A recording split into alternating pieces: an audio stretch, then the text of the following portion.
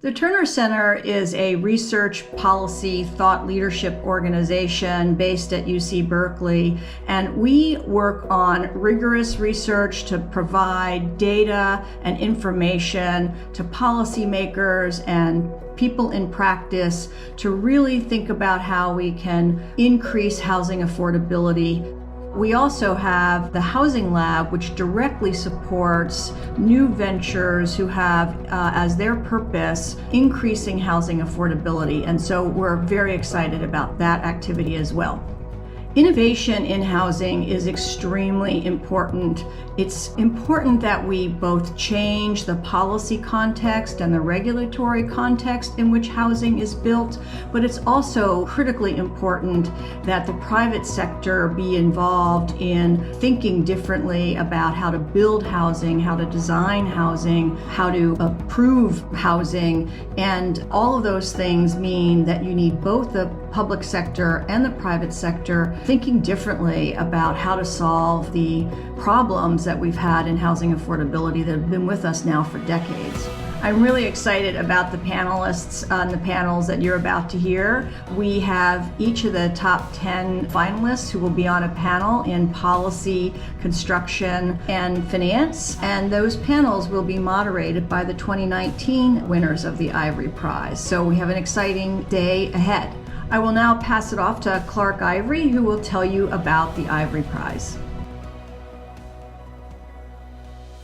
The idea of the Ivory Prize really came in 2017 as I was surveying the market and really thinking about where things were going and what was going to be the big next crisis or opportunity or challenge.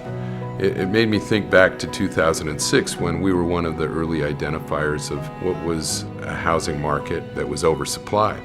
In 2017, we had a housing market that was undersupplied, and it seemed to be developing into a crisis.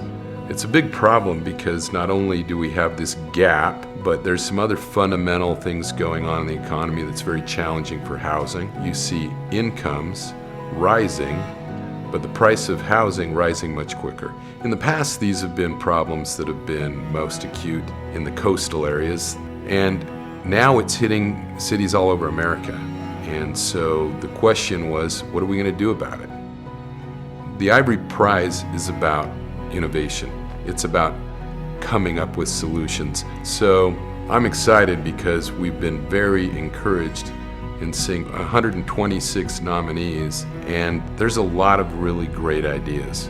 Our hope in the end is that we can have an impact on helping housing affordability in our country, but also bring some of the best ideas back to our own state and to our own company, learn from those, and try to develop solutions here that will help people achieve that goal of homeownership. We've just got to do things, and focusing on the entrepreneurs, the innovators, and learning from them can teach us all a lot. And sharing those ideas is what the Ivory Prize is all about. I'm David Garcia. I'm the Policy Director at the Terner Center for Housing Innovation at UC Berkeley.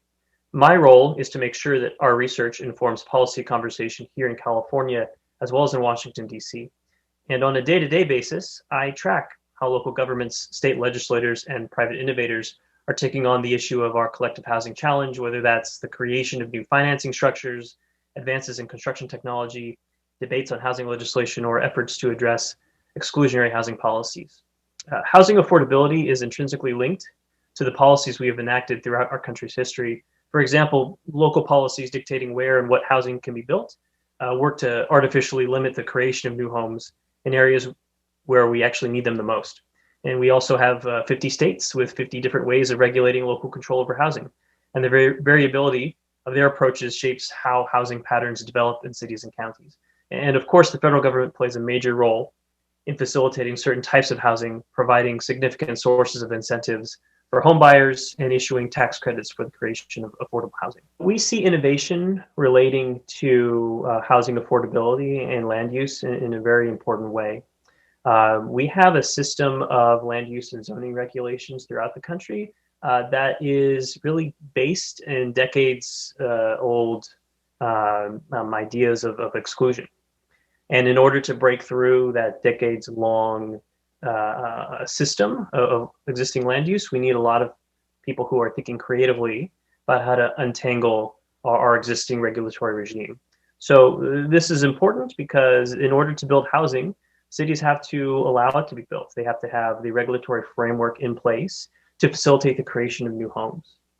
And without innovation, particularly in high-cost areas, we're kind of stuck in this web of land use rules that can delay or outright ban new types of housing. The great work that these panelists have done gives me great hope that real change is finally coming to the housing space. And their success provides us with a blueprint for solving our housing crisis across the country. And so with that, I'm pleased to introduce Symbium, the winner in the policy category, followed by a panel conversation with each of our finalists. My name is Layla Beni-Jamali. I'm the CEO and co-founder of Symbium. We're in San Francisco, California right now, right in the middle of downtown at Symbium HQ. Welcome to our offices. We launched out of Stanford about 2 years ago, and what we do is we build planning regulations right into beautiful, intuitive web applications so that anyone from a homeowner to a planner to a developer and architect can understand how the rules apply to their specific project. And we're starting with ADUs. ADUs are also known as second units or granny units, and they're pretty critical right now in the housing environment because of the major housing crisis we're having in California and all over the US. And what we think is going to happen is that ADUs are going to be one solution to the housing crisis to increase that housing supply at a low cost. And we're helping make that happen at Symbium. So this is Abhijit Mahapatra. He's our CTO and one of my co-founders. And he's in charge of all of the technical stuff and making the magic happen and building these web applications. We've unlocked the secret of how we can communicate this legal code in a very easy, machine understandable manner. And that's how Symbium works. My name is Kate Didich, and I'm the resident zonerd. So what I do is read all the zoning regulations and distill their logic into a form that Abhijit can encode. And I'm P-Fan. Basically what I do is I get all the regulatory work that they do and translate that into a beautiful interface. So the way we're trying to make housing affordability more accessible to the common man is we're trying to bring it to the web browser so that all they need to do is open the website, put in the address, draw their ADU, place it around the property, and that's it. That's how we want to streamline the whole process. We want to make it as simple as buying something on Amazon. Right now, Symbium is working with about 9 different cities all across California. And what we tell them is if they're having any trouble at the planning counter responding to non-discretionary questions about the planning rules and regulations, we tell them that we can streamline that for them. From the perspective of homeowner, when the homeowner approaching us and inquiring about ADU, we should be able to answer them very quickly what could be built on their lot and what type of position and what they can really afford. That's where Symbium come to play. I mean, they help us to determine very, very quickly the eligibility of those lots, which bring a lot of value for us, but not less important, a lot of value for the homeowners that they can know exactly what they're facing very, very quickly. Can I build an ADU? How big does it have to be? Show me what the setbacks look like. And using Build from Symbium, they can actually visualize this right at the counter. And the best part of it is our business model makes it accessible to all cities across the nation. What we're trying to do there is San Jose has this interesting requirement about backyard areas, and here we're trying to figure out how do we even formalize what does it mean to be a backyard? Despite the power of our technology, despite the fact that we have a compelling business model and we have a really amazing growth trajectory on our side, the very best part of Symbium is actually our team. We have an incredibly talented team with diverse backgrounds that's pushing the envelope with what the future of planning is going to look like. There's no off switch in this team, and they're all problem solvers. There's no problem that we can't solve.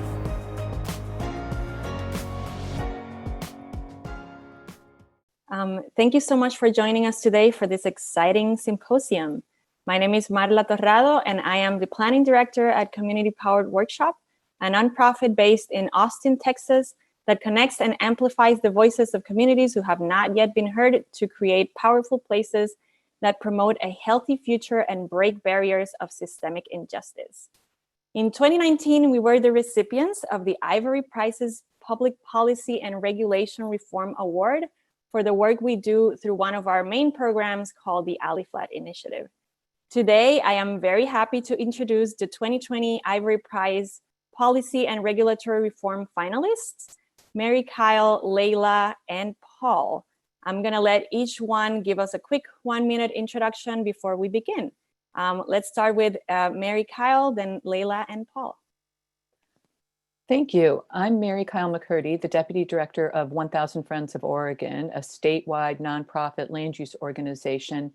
And in 2019, we and our partner, the Housing Alliance, were the recipient of an Ivory Innovation Prize for our leadership in the passage in Oregon of a statewide bill requiring all cities over 10,000 in population to allow duplexes and other middle housing types on all single family lots in residential areas, which was an enormous breakthrough in the traditional economic and racially exclusionary zoning practices of really cities across Oregon. And we are very grateful for the ability to publicize this prize in ways that have expanded that successful passage of that legislation nationally. Thank you. Layla, go ahead. My name is Layla Benny-Jamali. I'm the CEO and one of the co-founders of Symbium. My co-founders and I met at Stanford, and our company, Symbium, has a mission of streamlining the regulatory portion of residential construction for the public and for city planners alike. And I'm going to make a quick early announcement here that we're going to be soon launching a tool we call Plan Check, which is a beautiful, intuitive web application to streamline the entire planning code for any city. And we'll soon be making an announcement about our first city, which is a coastal city right here in California. The regulatory reviews are going to be significantly faster, leading to more permit approvals and more planning revenues for cities. So this is very exciting. So happy to be an Ivory Prize recipient, and thanks so much for having us. Good morning, everybody. My name is Paul Mogish. I'm the manager of community planning at the city of Minneapolis. We're the group that developed the Minneapolis 2040 Comprehensive Plan, which has become known for eliminating single-family zoning in our city. Now in Minneapolis on lots that had previously been zoned only for single-family homes, which was about half of our city. You can build up to 3 units on those previously single-family lots.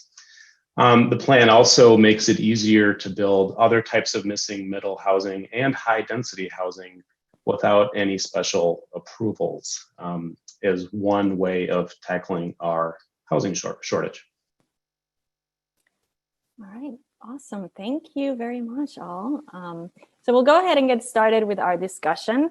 I want to let our audience know that if you would like to submit a question for the panelists, please email it to ternercenter@berkeley.edu. You can also find information on how to submit the question in your inbox.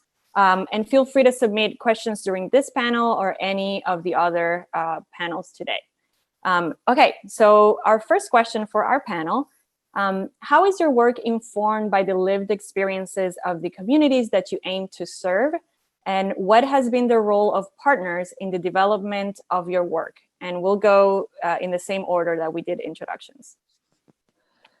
Thank you. The content of the legislation in Oregon, House Bill 2001, was really driven by the lived experiences of Oregonians in almost every community across the state who were finding that most residential lands were zoned for detached single-family housing that did not meet the affordability or smaller housing types needed and were not in every neighborhood.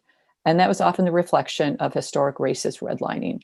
So a primary reason for the passage of House Bill 2001 was that we were able to put together a large and broad coalition of supporting organizations, partners, including renters' rights advocates, affordable housing providers, environmental organizations, market rate builders, the ARP, providers of services to those experiencing housing instability, advocates for transportation options, and more. And we were able to do this quite quickly because this was not the first time we had all worked together on housing issues in Oregon. Some of these organizations do work directly with those experiencing housing instability, but not all do. But because of that, trust and experience built up over years across housing issues, an effective coalition was quickly formed. And these partnerships have been key to successful housing legislation in Oregon. But collectively, we have to do much better in listening to the folks who have been directly impacted by the problems of housing instability in our communities. And so House Bill 2001 was an enormous step in the right direction, but it's not the end, it's just the beginning. Leila, do you want to share? Yeah, so we're actually interested in the commonalities across very large markets. So creating these intuitive, web applications out of complex laws and regulations, which is a process that we call computational law or comp law. And so we're looking at standardizations. That's what we really care about. And in that sense, we're actually hopeful that our process of creating those web applications at scale will inform the policy itself. And so, we want to contribute to helping jurisdictions create, or at least think about creating these standardizations across jurisdictions at scale for the benefit of the public, the homeowners, who are doing the projects, as well as architects and builders, also the city planners that are reviewing these projects, but moving around from city to city, taking jobs and wanting something portable to take with them. So something that I would add is we're seeing an increasing amount of academic literature that shows what I think a lot of us have known for quite a while, which is that in a typical development review process in a municipality, the folks from the public who show up to opine on it and often to oppose the development of new housing for people in their city tend to be older than the general population, whiter than the general population, and they tend to be more on the side of homeowners than the general population.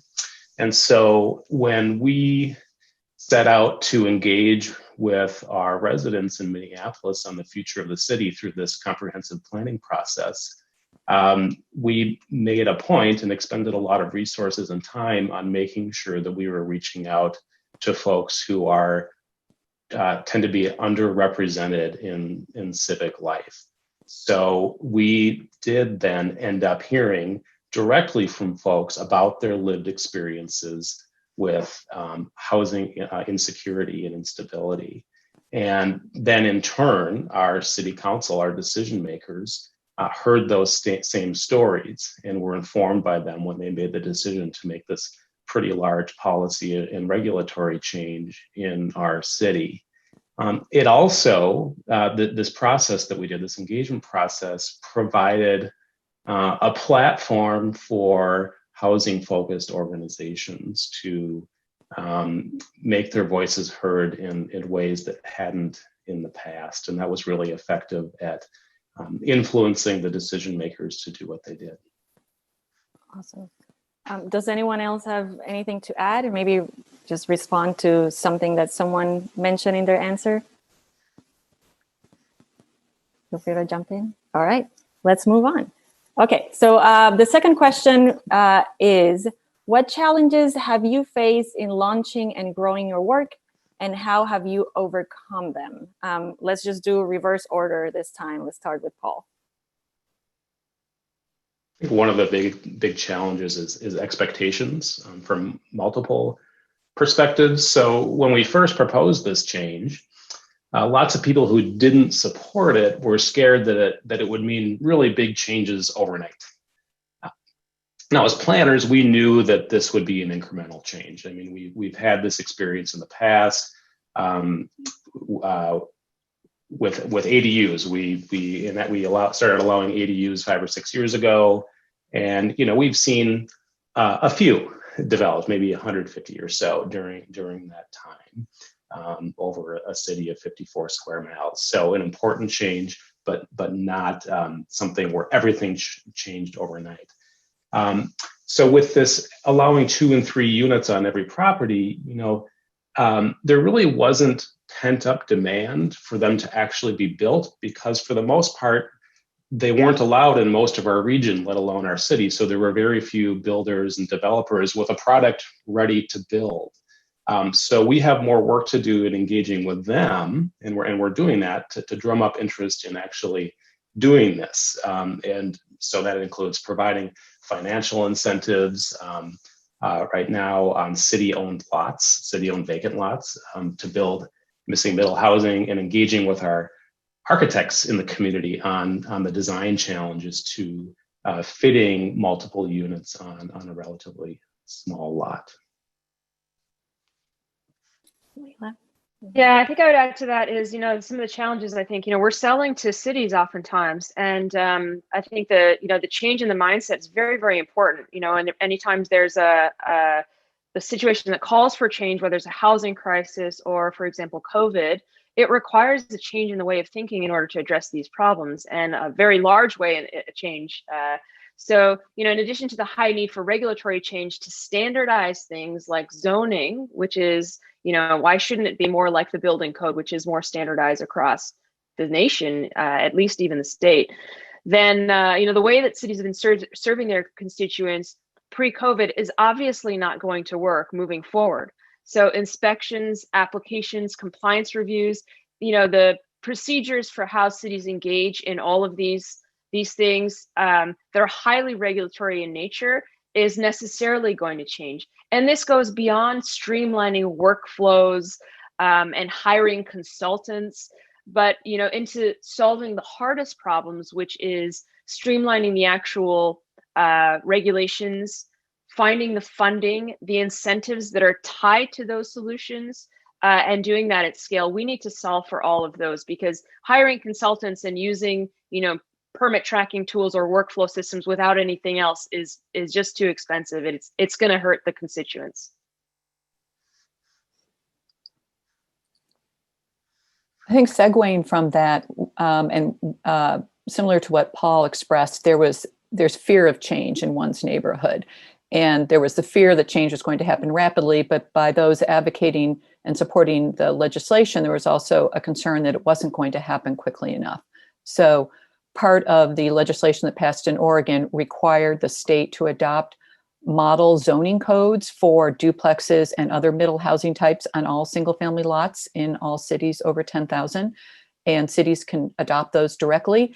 They also the state adopted minimum compliance standards for cities that want to craft their own code. So I encourage other places interested in these housing types to look at those.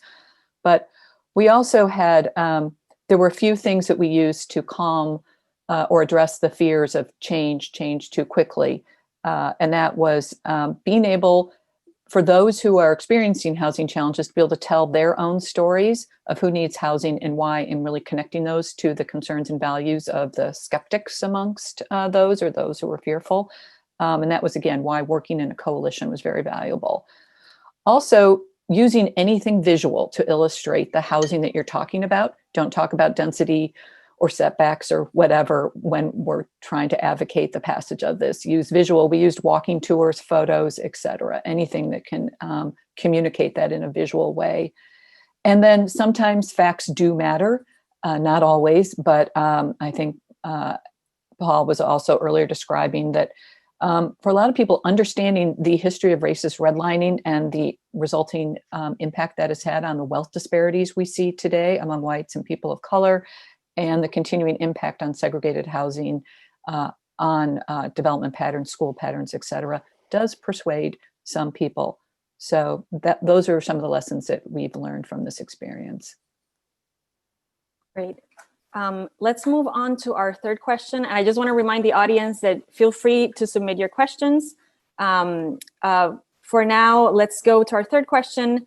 How could the new federal administration bolster and expand your progress on the local level? Layla, let's start with you this time. Sure.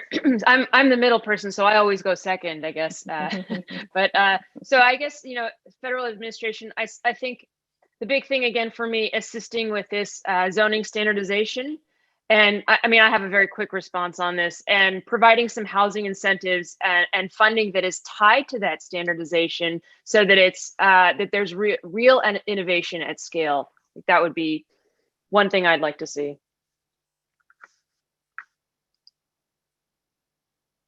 Well, let's go ahead and have your thoughts. Sure. Yeah, I agree with that. I mean, we've seen some in the Obama administration, there was some discussion about exclusionary zoning coming out of HUD, and I would expect that that would become more of a discussion under the incoming Biden administration. And, you know, it was gratifying, if surreal, to hear zoning come up during the presidential campaign. I was surprised but pleased to hear some of the presidential candidates talking about that at the national level. It's really important. I don't think this issue is going away, thankfully, and I think there will be more federal interest under the new administration. I mean, the other thing we need, of course, in addition to regulatory reform, is just money. There's no getting out of the fact that to truly solve this housing crisis, it's an all of the above solution that's needed, including just more subsidy for affordable housing. We would agree with that, and I think the Obama administration's HUD rules, what was even coming out of the Council on Economic, I can't remember the full name of that, the Economic Council, was linking housing and affordable and appropriate and adequate housing to economic prosperity, to school performance, to success of children, no matter their zip code. And I think that's what we're looking for in the Biden administration, that is really leading with a racial justice lens to housing and connecting it. It's not something that stands alone. It's connected to all of the other goals that the Biden administration, it seems, and we are hoping to see out of this. And of course, funding is a large part of that. Right, great. So we have time for one more question. So what are your top 3 predictions for this space? And we'll start Mary, Kyle, Paul, and Layla. The term this space is very large, so I'm not sure if Oregon or the United States, but I hope that we are on the verge, and it's not going to be a prediction, I hope we're on the verge that there's widespread acceptance of housing as a human right, safe, stable, affordable, suitable housing located where people need to be in walkable communities. I hope we're on the verge of that. What we're all doing on this panel is really just the start. There's a lot more that needs to be done. Thanks. Oh, I'm next. Okay, so I guess I already said this, but certainly increased federal interest, I think, is coming in this issue. You know, the states will, of course, always be a patchwork. I know here in Minnesota, there's been maybe some attempts at doing something similar to what Oregon did, but I would expect actually the federal government to move faster than our state will. Overall, I think the politics are changing on this and are going to change on this more. I mean, there's polling on this, believe it or not, and it's showing that more people support zoning reform than don't, if they know what it is, I guess, to begin with. You know, we've seen this locally here in Minneapolis. You know, obviously we faced a lot of pushback when we were first proposing these policy changes.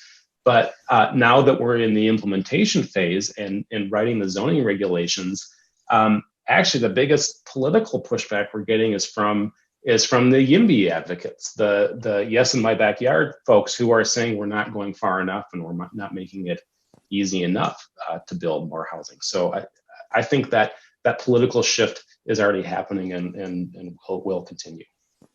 All right, Layla, last few. Yeah, sure. So predictions in the space. So, you know, I remain highly optimistic for the public space when we're talking about what we want to happen. The end result, the end consumer of these regulations is the public. It's the homeowners, it's the people living, it's the people in the communities who are being serviced by the regulations and serviced by the city staff. So, you know, the first prediction I'd like to see is the local governments being open to change. And so far, what we've seen, luckily, in California, by and large, has been pretty positive. You know, this means finding new lines of business to bolster the old way that city planners were doing business at the counter, for example, and improving permits and applications for construction and renovations new housing, whether it's ADUs or just new construction, multi-unit buildings, has to change. There's no way that that's going to be, viable moving forward. And the second is enlisting the help of thought leaders, including academics and students, who are available and willing to help. Stanford, where I came from, has strong resources in this regard, as does UC Berkeley, who is the sponsor for this symposium, and other schools across the country. There's no reason why local jurisdictions should not be enlisting the help of those organizations.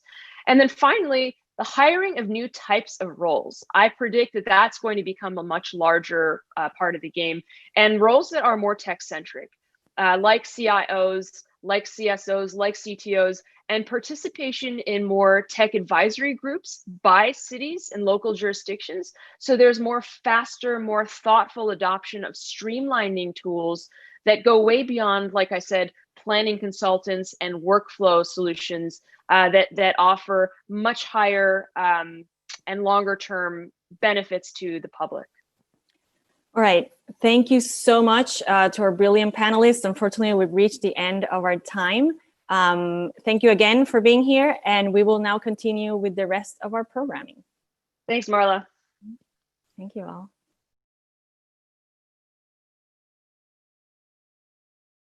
And now to the construction and design category. My name is Ryan Smith. I'm professor and director of the School of Design and Construction at Washington State University.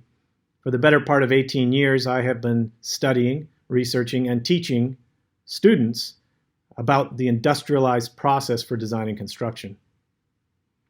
I'm also founding partner of ModX, a research and education consultancy, and a network of experts around the globe who share knowledge and information in order to create innovation in design and construction. There are many problems that exist in design and construction to realize affordable housing. In particular, there's labor shortages currently. There's also problems with acquisition, procurement of materials, and pricing of lumber in particular has gone through the roof. In general, there's a lack of productivity in the design and construction sector, and that results in escalating costs for housing, which limits the access and availability of housing as well. In order to overcome this, there are some innovations that are emerging on the horizon, and some of the ideas that have come out of the Ivory Prize in this category of construction and design are aimed at solving these problems of labor, material, and lack of productivity. In particular, some of the ideas are emphasizing the use of industrialized construction methods, prefabrication and offsite construction, things that I believe in strongly as ways to overcome the lack of productivity. Furthermore, other ideas marry these with digitization and implementing software solutions that can help to create more productivity and innovation in design and construction as well. One such company and winner of our construction and design category this year is Integra out of Modesto, California. Offsite construction goes back over 50 years in my family. My dad was a carpenter, started off basically roofing houses in Ireland, emigrated to New York, discovered wood frame homes which weren't being built in Ireland at that time, went back to Ireland in the early 60s and decided to go into home construction, building wooden frame homes. But when he went back and he decided to do it out of a factory. And that became effectively the first off-site factory ever in Ireland. I'm Jerry McCaughey, I'm CEO of Integra, and we are at Integra's headquarter plant in Modesto, California. There's a direct correlation between the cost of something and the lack of productivity. And so you've seen house prices become more unaffordable, and at the same time, which is somewhat blatantly obvious, productivity has also declined. So to us, it is quite clear that if you want to improve the affordability of housing in the United States, you have to increase the productivity. I mean, it's just economics 101. There's so little technology being utilized inside the construction industry, despite the fact that we're now in 2020. Yet today, they say it's the industry with the least digitization in it, and yet the technology exists to build the house before it's ever built, which is what we do. So part of my task is to meet with the architects, engineers, the trades. I take that project and I look at all that information and I dial it back into the guys over in Ireland, and then they produce a full 3D model of that home. So pretty much the model is designed at this stage. We know where every nail is in it, we know where every stud is in it, we can tell you where every screw is, we can tell you the number of nails that are in it. He's going to be able to watch the frame come together on the model itself, so if you want to take him through that, if you have any questions, obviously, we can take them through that at the same time. That information that we produce the digital twin from produces a set of CAM files, computer-aided manufacturing files, that go to some of the most sophisticated manufacturing equipment in the world. That's literally cutting to tolerances that are down to the millimeter. We're making walls in the factory that work to a tolerance of 2 millimeters over 10 meters, which is basically a 16th of an inch over 33.5 feet.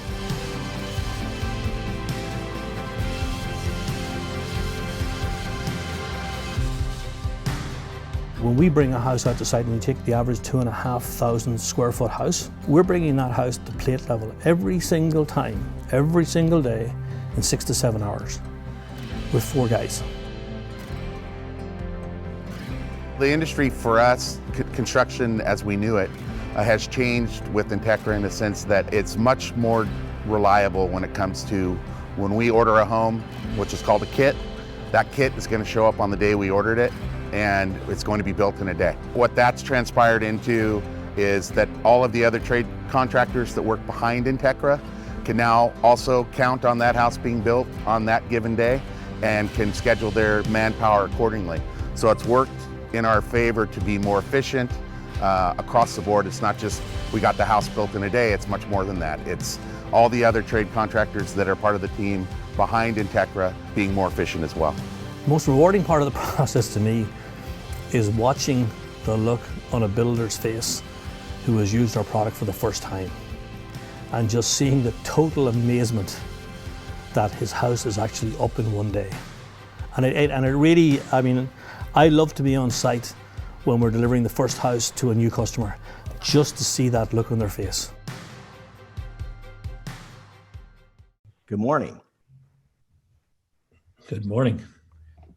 So, Jerry, this is Rick Holiday, and I'm assuming we're broadcasting, but this is a new format for me and perhaps for all of us. And I want to welcome whoever is able to see Jerry and I at this moment and introduce the construction and design panel.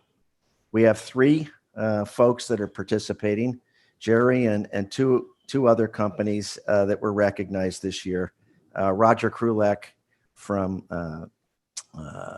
the East Coast, who's got a very exciting company, and Julietta, and I'm bad with names, so I'm not going to try to pronounce, but we're excited to share some of the experience these 3 companies have brought to our space in construction and design. So I'd like to see if Roger could start off by giving us a 1-minute synopsis of his company, followed by Julietta and then Jerry.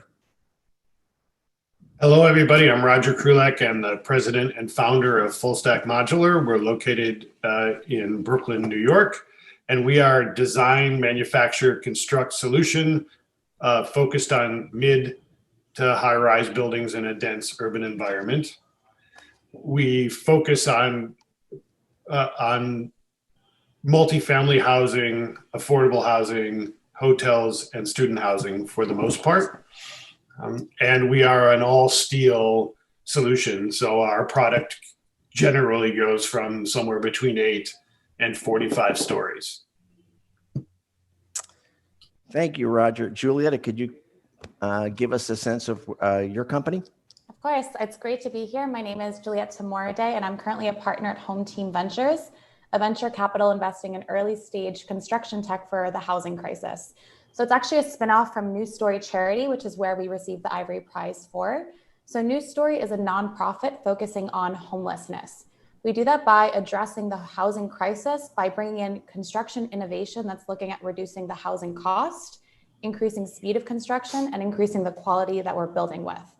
The reason we're doing that is because we know today there's 1.6 billion people in the world without access to adequate housing, and that number is increasing to 3 billion by 2050. So we're truly doubling down and looking at what kind of breakthrough technology out there is able to solve the issues of cost, speed, and quality. A few years ago, we actually invested into Icon, who's now the leader in 3D printing. And we worked with them to 3D print the very first housing community in Mexico for the homeless. So because of this amazing project, we realized we wanted to invest into more early stage companies just like Icon.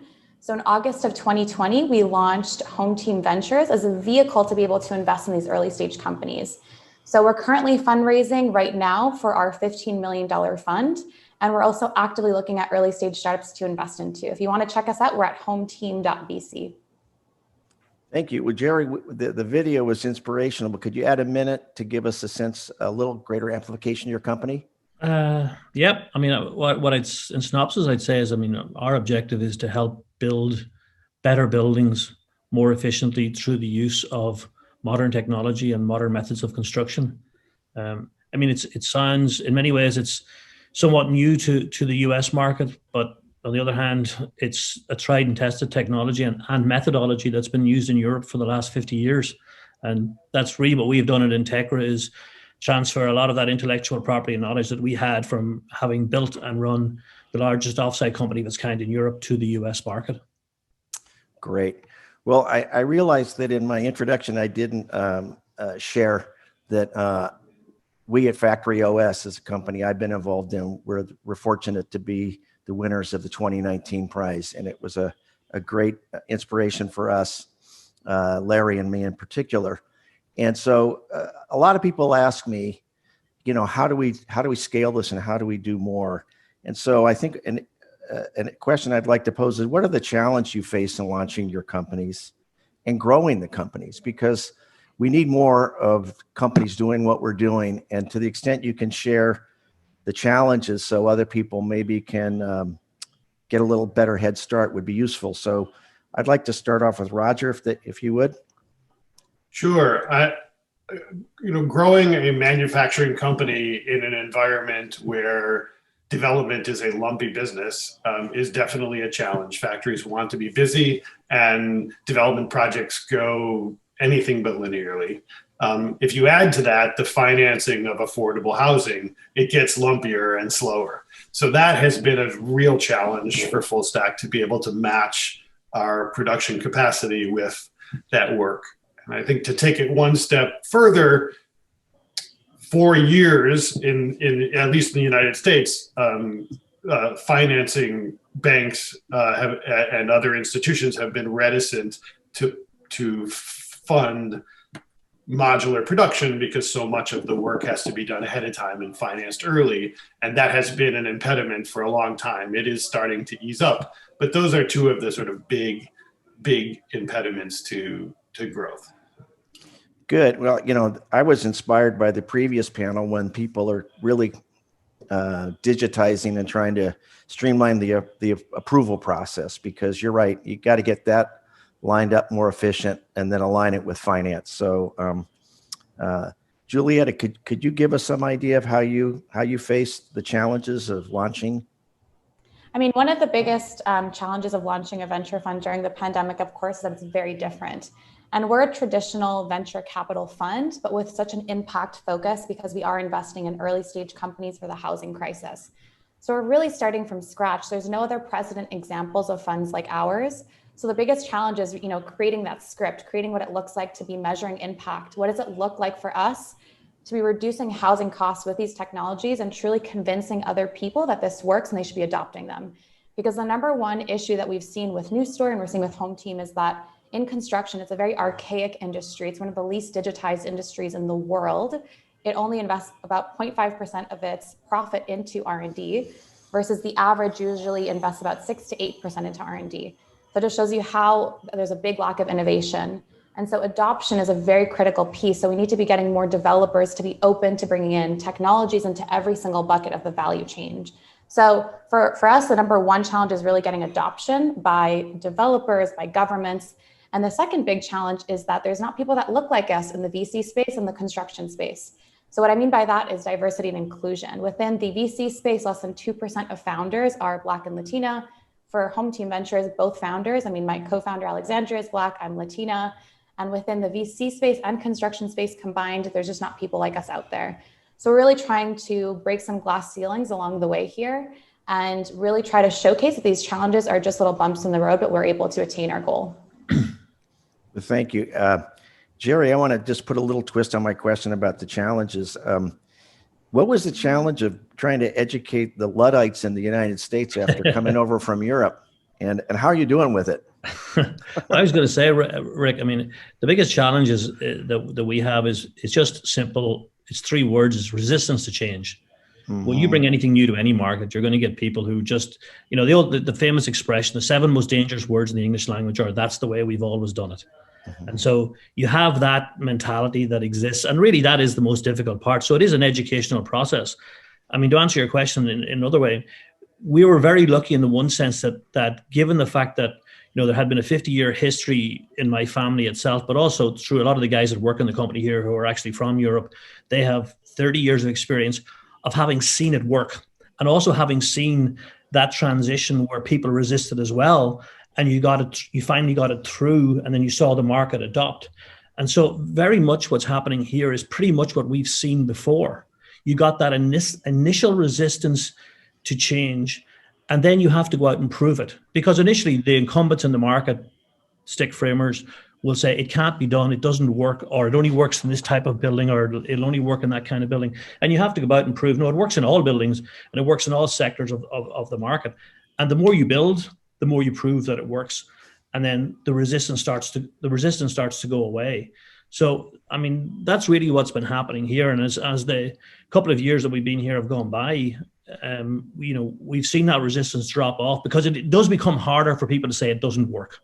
Once you've got those monuments out in place, it becomes very hard for somebody to say, no, that doesn't work, because they're now talking to your customers. And we know this is going on behind the scenes. So it's really proving it in the marketplace. And, you know, that requires, and I have to say this to it, we have great partners in Louisiana Pacific. And I mean, that has been, I mean, to have that firepower behind us and that strength and that brand behind us has been incredibly important. Jerry, I can attest, I had the pleasure of visiting your factory with my business partner, Larry, and it was very, very exciting for both of us. I'd like to turn on to the notion of how is automation, which I think feeds into another concept called standardization, really, how important is it to your companies moving forward with what they're doing? And Roger, I'll go back and start with you if that's all right. Sure, of course. You know, we are, you know, automation is a spectrum, and as you said, Rick, repetition and process is all about that. And we have, you know, for years been focused on the idea of a repeatable process, which gives way to a repeatable product. And then the next thing is sort of to add automation as the world sees it. And we have been doing that, and we are continuing, and we are collaborating with some people on automating sub-assemblies of our components in the factory, which I think is sort of the next move in modular construction, which is the ability to have common products, a common language, a common system, so that you can source things like other industries. So we are very focused on that, and that is the next move. Thank you. Julietta, how important is automation and standardization to your work? I'd say it's probably the number one thing we look for in the startups that we talk to, because our number one focus is reducing housing cost. We need to break that up into the entire construction value chain. So from pre-construction, design, permitting, actual building, and then post-monitoring and inspections. We need to find automation at every single one of these buckets. So companies that are hyper-focusing on how can they reduce the time that it takes to do XYZ activity in that bucket of the value chain. And then that will also correlate to reducing the cost. And we know that for any given project, we need to find several companies in one project to significantly reduce the housing cost. Our goal is, at the end of our fund life, we would like to reduce housing costs by half if we use several of our portfolio companies in a given project.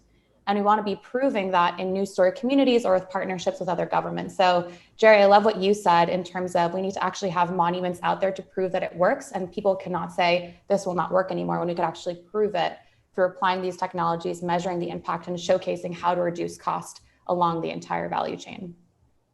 Great, thank you. Jerry, you guys are very, very precise with what you're able to put out. How important is automation and standardization to your work? Well, the way I look at it is, and I go back to what Juliette was saying, is, I mean, to me, I sort of break it down into segments. You have the automation when you look at the design and engineering process, which again comes back to this digitization, and absolutely has been said. I mean, the construction industry, as much as it would benefit from digitization, lacks it in such a large amount. It's actually incredible. So we sort of look at it from the view of when we're talking about automation, we're talking about automation of the design engineering process, which is to get the information through the system as fast and as efficiently as possible, and in the process pick up whatever mistakes or problems that the builder wouldn't necessarily have seen if he was actually stick framing it, because then that transfers then to the next stage, which is the automation on the factory floor. But I would go as far as to say, and this, people probably be surprised to hear me say this, I mean, the automation on the factory floor is not worth doing unless you've got the digitization correct at the front end, because that's where the value is, because the machine will only do what it's told to do. So to a large degree, I'll pick a figure and say 80% of your benefit is going to come from digitization and working through that process before you ever put a machine on your factory floor. Now, we're very lucky in the sense that we had 30 years of digitizing and working with our software company to get it right before we came to the US. And therefore, we were able to add very high levels of sophistication and automation on our factory floor. But that's not, I think people look, and you probably know this better than anybody, Rick, people look to the factory floor and they see all the automation on the factory floor and they think that solves the problem. It doesn't. The problem has to get solved before it ever hits the factory floor. But the one area where I'm a little bit different, I suppose, also is this thing about standardization. I think as an industry, we have to be very careful how we use that word, because it'll be used against us by the traditional industry if we start talking about standardization too much, because they say, well, they can't do what we can do. So we've worked very hard to actually stay away from saying we need standardization. We love it if we get it. Obviously, everybody does.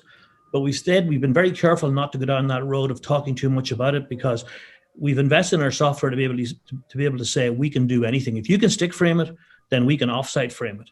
And so I word of caution just on the standardization thing. Jerry, I think that's very, very important to differentiate. And I hear you loud and clear. It's a double-edged sword. We're trying to get our customers, at least with multifamily buildings, to put together component parts that are repeatable. But we need to be creating interesting buildings. Yes. Whether they're a single-family home or an urban building, or we're going to be, going against the grain. So let's turn our attention a little bit to, obviously, this pandemic. I'm a little sick of it myself, but I know it has a real impact, particularly on manufacturing and some of the things we're trying to do. So how's the pandemic affected your company? How do you see with the Biden administration coming in? It's a sort of a three-part question. And what do you see for 21? And Roger, we'll go with you again. So at the start of the pandemic, we looked at what are the needs that our abilities and talents could lend to the current situation. And so what we did is pivoted, and we created a modular, deployable medical isolation units to be used in hospitals or aging care facilities and the like. And we've deployed several of those, and it built out of a shipping container, can be deployed in a couple of days and moved around as needed. And so that's worked pretty well, while the world was adjusting to what to do about construction in this environment. And then we've also built a bunch of outdoor dining facilities in New York so that people can eat outside more safely with, according to regulations, 50% fresh air, et cetera, so on and so forth. So we've been using our capacity and talent while that happens, as we are designing for buildings that are to start, in this year. Great. Julietta. The pandemic is actually the reason we even started Home Team, or we've actually narrowed and focused at news story as well. So because we weren't able to build anymore on the news story side in developing countries because of the pandemic, it made us truly double down and focus on what's our number one goal. So news story is now focusing on how do we house 100 million people by 2030. At Home Team, we realized with our R&D program, which I was leading at News Story, the only way we could truly drive traction with these companies is by investing in them at the earliest stage, because the construction industry is so reluctant to actually bring in innovation and invest in especially hardware companies at the earliest stage. And so that's why we started Home Team. That was really the genesis of why we did it. We were number one focus and wanted to double down and see what we could do there. And then on more of a VC side, we know that in 21, there's going to be a lot more funding going into emerging funds and emerging fund managers, as well as the construction industry and construction technology. This is going to be a very exciting time in venture capital and for early stage startups to be pitching to VCs. So it's going to be, a much brighter year than 2020, hopefully. Good. Well, I'm glad to hear that, because we need some good news. Jerry, you got a minute. See what you can get us a wrap here. I would say from COVID point of view, it has been beneficial in the sense that you have seen a move from people from the urban areas to suburban areas, which has been causing a lot more new first-time, single family homes to be built that wouldn't necessarily maybe not have been built. But I don't think it's necessarily that. It's unfortunately, the COVID thing has also had an effect on the economy to the point that the Fed has lowered interest rates dramatically, and that has also has helped in this whole issue we're discussing, but in terms of home affordability. So to the extent that interest rates stay low, and to answer your question, the Biden administration doesn't do anything that would encourage interest rates to rise too rapidly or rise at all in the short term, I think that'll be good for the housing industry. Well, great. Well, I'd like to thank our three panelists and get ready to turn this back over. The one thing I would underscore that I think is important is Jerry's point that I think was reinforced by Roger and Julietta, which is you've got to get the digital side of the business sorted out before you introduce the technology. And a lot of people leap to the technology and don't really invest in the digitization. So I think that's the biggest takeaway that I might suggest people keep in mind. Okay, well, thank you guys very much. I think we're ready for our next panel. Thank you.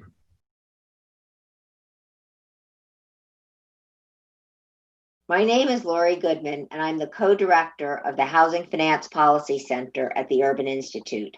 This center is devoted to providing data-driven analysis of housing finance policy issues.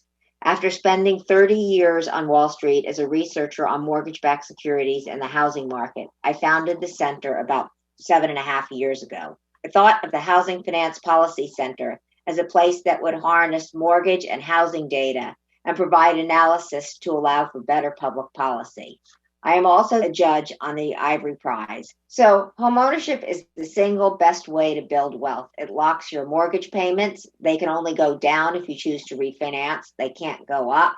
In addition, you benefit from home price appreciation. By contrast, with renting, your rent goes up each year, and a landlord can be forced to can ask or force you to leave. It's not sufficient to get families into homes. They have to be able to sustain home ownership, or we haven't done anyone any favors, and we haven't enabled them to build wealth. So techniques like allowing families to set up rainy day funds to be able to pay their mortgage, deal with emergency home repairs, illness, temporary periods of unemployment are all ways that one is able to sustain home ownership. And I'm sure there have been a lot of ideas from the creative community that would allow one to do this. And I'm sure there will be more coming out, because I think COVID-19 has made us all aware of the importance of sustaining home ownership. I am very pleased to kick off the finance panel, highlighting the 2020 top 10 finalists that were in the finance category. Our goal is really to help raise awareness and identify the many, many solutions that need to come together in order to impact change on housing affordability, and we represent one of those things.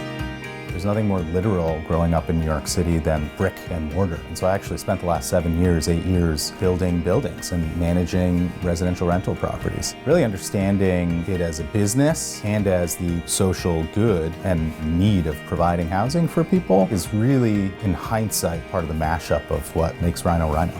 Rhino came from the idea of really focusing on breaking down barriers. We provide an insurance program that reduces the upfront cost of housing by replacing a cash security deposit with a really cheap insurance policy. The way we propose to people to think about an idea so differently, really starting with the simplest form of just what a cash security deposit does. It protects an owner or property manager from something that may or may not happen in the future. If you think about that statement, that's really what insurance is by definition. And whatever life stage you're in, we want to be there to support you with Rhino. My apartment is in the Ditmars Park section of Brooklyn. When it comes to security deposits that you have to put down when finding somewhere new, it can be really extremely hard. Like when I moved here, I had $0, zero savings, and had we not found Rhino, I would have moved back to Philadelphia because there was no option for me. For a lot of people, it's not just something that gets in the way, it can be what entirely separates you from finding your home in a new city. When I hear statistics like 40% of Americans don't have $400 saved for an emergency, that's not for next month's rent, that's for an emergency.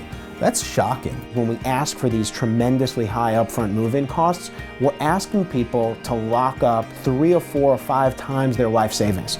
We pay like a really low monthly fee, smaller than my Spotify bill. So it's kind of easy to forget that it's even there. It really had just made all the fears of finding a new place, it mitigated a lot of that for me.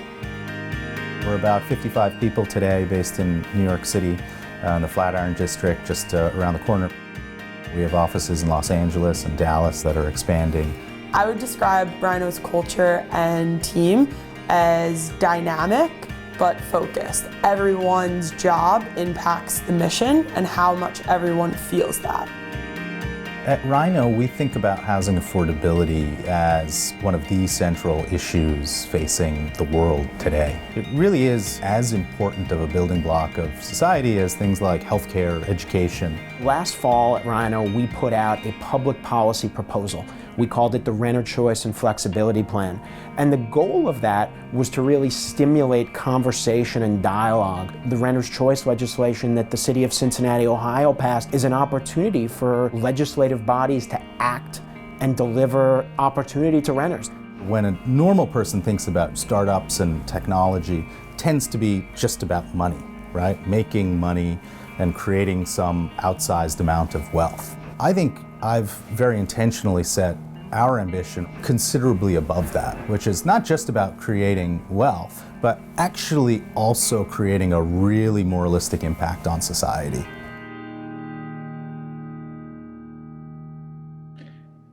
Hello, everyone. My name is Jesse Vaughn. I'm the co-founder of Landed. We're a company on a mission to help essential professionals like teachers and nurses build financial security. Landed was a 2019 finance winner last year, and I'm pleased to be moderating this panel of 2020 finance finalists. I'm going to pass it to each of the panelists to introduce themselves, and then they're going to pass it to the next person to introduce themselves. So if I could first pass it to Pat to introduce himself. Yes, thank you. So my name is Pat McLaughlin. I am the co-founder and CEO of Diggs, and we're a platform that helps consumers make better financial decisions around their biggest asset, which is their home. And we have 2 main products. We have a product that helps people getting into their first home. We call that Diggs Saver. It helps people set up automatic deposits towards a down payment and teaches them about the buying process. And then we have a product for homeowners, Diggs Homeowners, that really helps people understand what their home's worth, what's left on their mortgage, when's a good time to refinance, and really make better financial decisions around that asset. We recently were acquired by Ojo Labs, an Austin-based AI real estate company that really allows us to deepen our footprint. They have relationships with Realogy, Bankrate, Royal Bank of Canada, and a top 5 search portal. So we're able to reach millions of customers now, and we're really excited about that.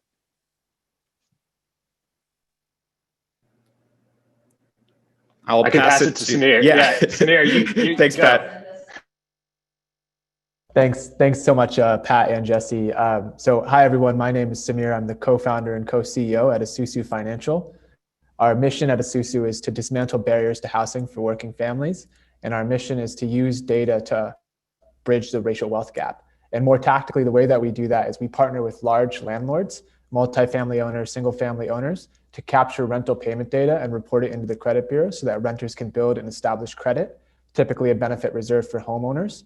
But we don't stop there. We also provide our housing providers with predictive data and analytics so that they better understand risk in their portfolio. And when we do identify risk, we offer residents of those buildings the opportunity to get very low interest microloans to cover their rent so that they're not evicted, but the landlord is able to keep their cash flow healthy. And I'll pass it over to Paul. Greetings, everyone. Thank you very much, Samir. My name is Paul Bradley. I'm the president of ROC USA. ROC stands for Resident Owned Communities, and we help homeowners in the country's 44,000 mobile home parks or manufactured home communities purchase their communities as co-ops. So in a typical manufactured home community, homeowners own their homes but lease the land or rent the land from a commercial investor. And for the last 37 years now, we've been helping homeowners purchase the land beneath their homes. We began scaling the work from New Hampshire in 2008 with the formation of a social venture called ROC USA. And we now have resident-owned communities in 18 states, a total of 267 communities and almost 18,000 member owners. Thank you. Not sure who I'm passing it to. Yeah, Jesse. I think Parag, I think you're the last one. Yes, that's right. Thanks, Jesse and Paul. I'm Parag Sarva. I'm the CEO of Rhino. And we walked through it a little bit in that video, so I won't share too much, except we're really excited to be a winner this year and are really focused on our mission to bring greater financial freedom to renters everywhere. Thanks, everyone. Well, I think to kick us off, I'd like to ask what challenges you all have faced in launching or growing your business and how you've overcome them. Now, I know as startups, sometimes you might say, I haven't overcome that challenge yet. So if that's the case, if you could fill us in on how you're looking to overcome a challenge to launching or growing your business. And maybe first, let's go with Paul. Great, thank you, Jesse. Well, I would say, what's front of mind for me now, we're a 12-year-old social venture, and I've been in this space for over 30 years in terms of work in the co-op sector. So I'll address this actually with our current challenge. We're taking our pivot to online training and education that COVID hurried upon us back in March. We are grassroots cooperative developers. We help homeowners purchase their communities as well as support those homeowners and co-op leaders over time. And traditionally, we've done our training in church basements and community centers. And we are now pivoting online. In fact, we have a job description posted for innovation in learning position as we try to build out a bilingual Spanish and English online training, but also peer networking, because much of the public policy, much of the strength and resiliency of resident-owned communities comes from co-op leaders connecting with one another. And so we have a very significant challenge ahead of us in how we develop that online and in work that works for both Spanish speakers and English speakers in our communities. Thanks, Paul. Let's go to Parag. If you could tell us how you've some challenge you faced in launching or growing your business and how you've overcome it. Yeah, I think it's such a common and important part of building anything new. As Paul was just chatting through some of those dynamics, I think the thing that I was reflecting on is that I often think about my number one job as really being an educator. And so the issues we face with customers that are renters and landlords in the real estate industry, age old, is a tremendous amount of expertise and knowledge and know-how that has gone into the way business is done today. And really trying to unpack and understand and communicate with our partners who are renters and landlords and everyone that touches what we do, that, hey, guess what? It's 2021. And there's a few things we want to share that we think we can contribute to making this just a better experience for everyone. And so using every opportunity to really drive awareness and engagement is really just around explaining the basics of, I understand, cash security deposits are this thing that's been the way business is done. And there's billions and billions of dollars that, go into these security deposit accounts as a result. But it just doesn't actually have to be that way. And there's new ideas and technology that we have available today that we can really together improve how renting happens for everyone. And so I really view it as an educational challenge. Awesome. Samir? Thanks, Jesse. I have to echo what Parag said.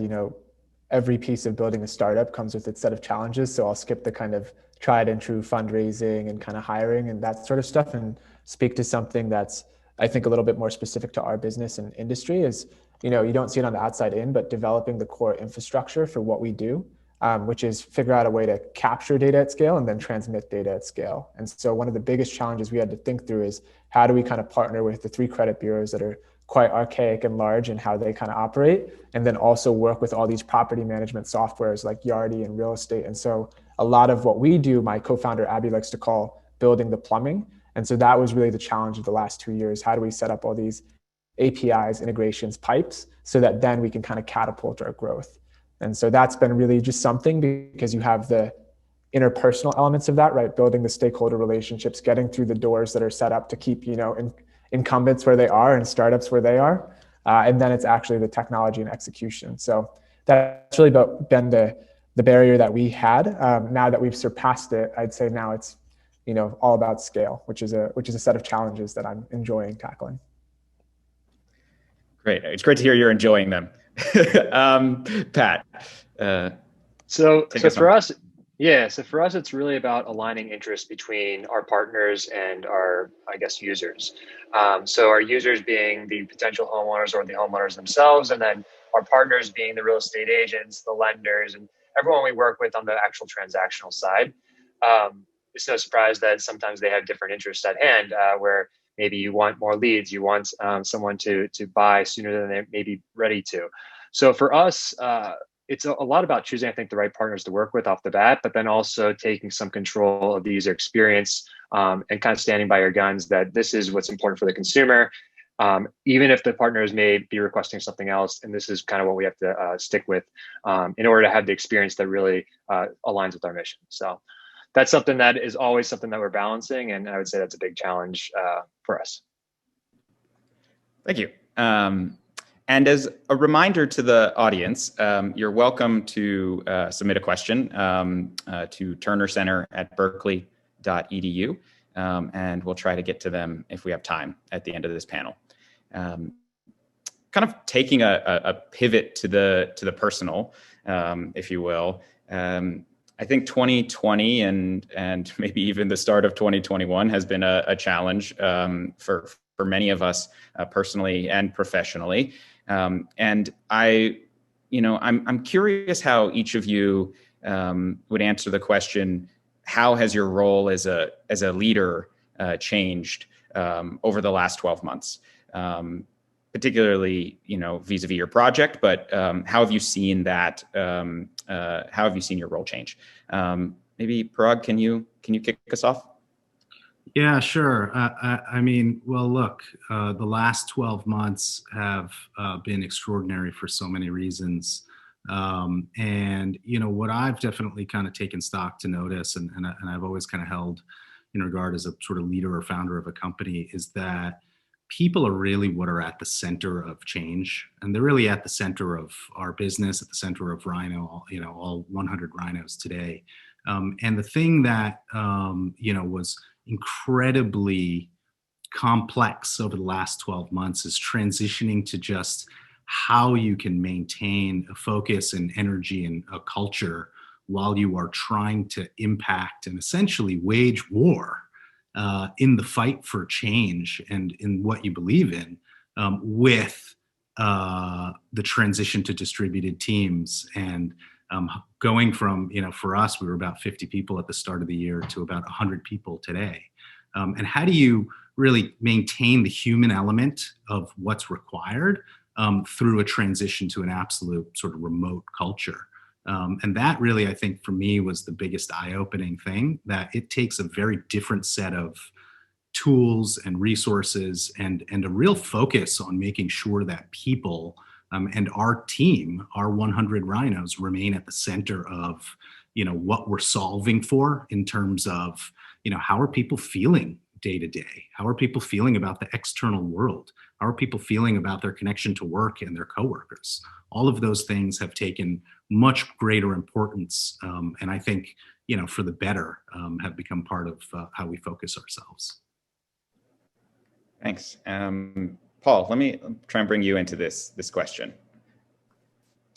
Thanks. That for sure, Paraj, I agree on the team side and client side. So one of the first things, what I did in early March is that gave me the personal resolve was to stress test our entire portfolio. So we have 92 borrowers, $250 million under in that portfolio, and just how bad was this going to get? And I threw it all against the wall and applied some pretty tough measures to it. And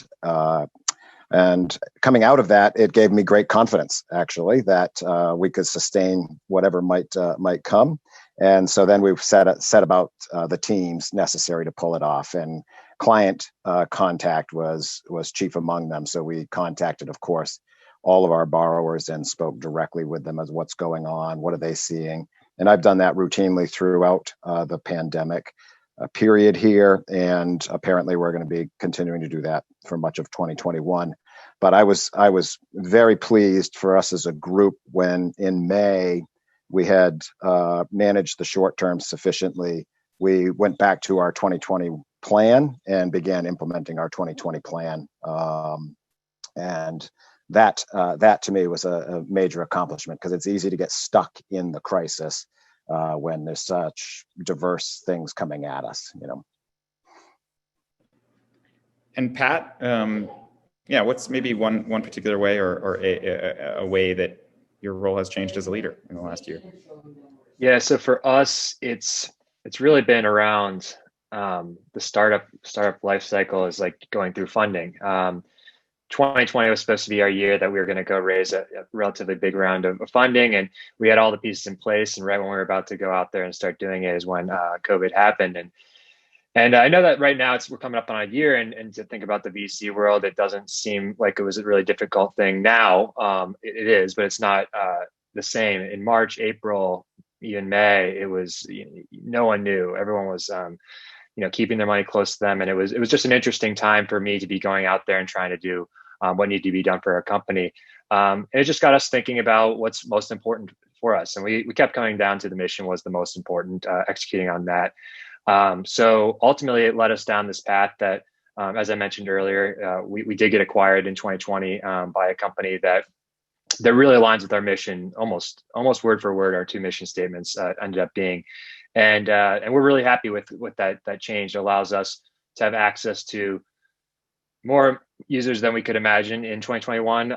It gives us more data sources, more access to data that really helps us really provide value to our customers. And that was something that I think throughout 2020 was just a constant battle for me is what are we doing? What's the next step? And how we continue to work on this mission. Ultimately got to a point that we're really happy with that. Samir? Thanks, Jesse. So I'll kind of take this question actually by talking a little bit about what didn't change, right? And my role as CEO or co-CEO, the things that remained the same was it was all about people, kind of like Parag said, where the pivotal thing we're doing, right, is finding exceptional people and creating a great culture for them, making sure our business is well capitalized, and making sure revenue is growing. And at the same time, staying true to our mission and vision, which are centered around keeping families in their home and bridging the racial equity gap, which actually meant that we were kind of squarely focused on some of the defining issues of 2020. And that just continued. And the reason I started the question that way was because what I noticed was most important for our team was creating a sense of stability. That was something that really changed about my role, because startups are inherently unstable, right? You kind of sign up for that when you join a startup. And then you had all these current events that made it so important for us and our leadership team to create a place where actually the mission vision we're approaching stays the same. The key components of what we're trying to accomplish in the world is creating the same, and work can be a place of stability in an incredibly unstable environment today. And so that's especially for Isuzu, where we 6x'd over the pandemic. It was a crazy growth time. We're covering over 1 million rental units. And so we had the instability of the world plus the instability of growth. How do I as a leader help create a stable environment for our team was really the thing that changed in my role. I love that sentiment of being a stable place in an unstable world. It feels reassuring even just to hear it. So maybe in the last 2 minutes here, I'd love to get maybe a 30-second response if you can do it. What is a maverick view that you hold today that you think will be widely held in 3 to 5 years? If you feel like filling it in that 30-second window, maybe what barriers stand in the way? And let's start off, Samir, since you were last. Can you kick us off? Sure, thanks, Jesse. I'll keep it tight. So our credit system today works like you're guilty until you're proven innocent. And as a result, many renters are thought of as bad credit risks or people that can't be borrowed to. I think that's a false dichotomy that we have, and that we'll start to think of renters as customers that can be borrowed to and can be supported. And the main barrier that gets in our way is our perception and our institutional and systemic barriers, often racism and income inequality and such. Thanks. Pat?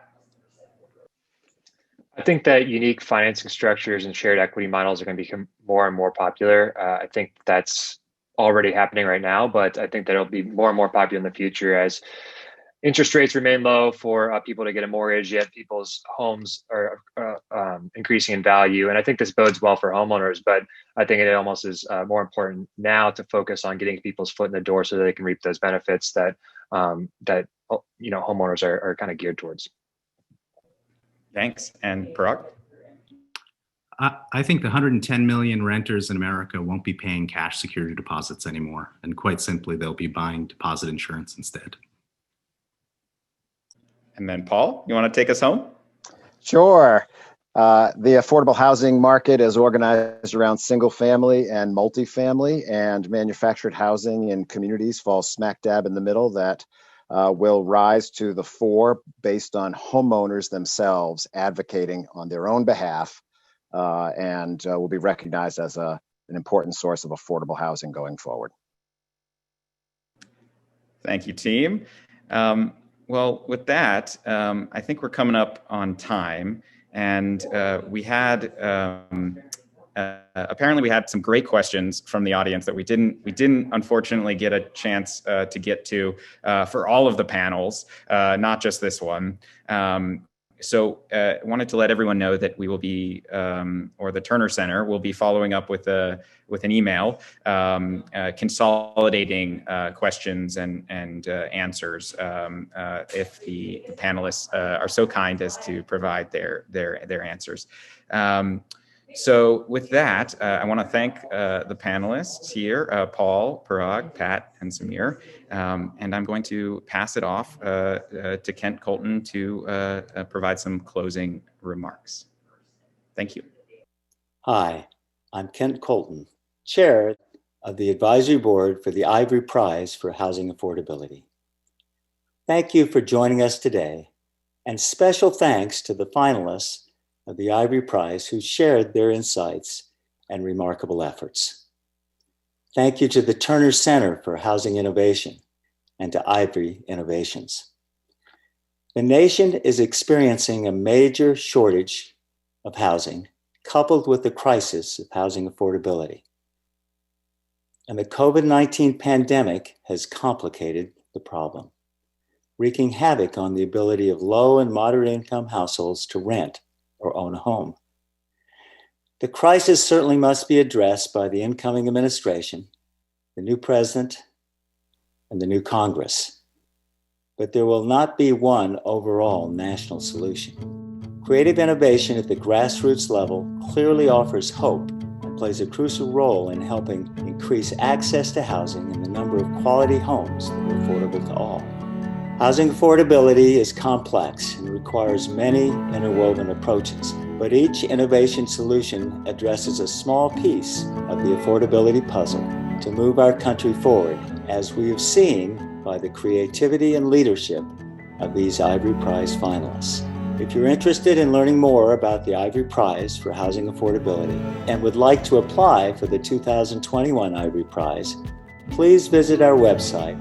The Terner Center is also launching the application process for the next cohort of Housing Lab companies on February 15th. Thank you again, and have a better 2021.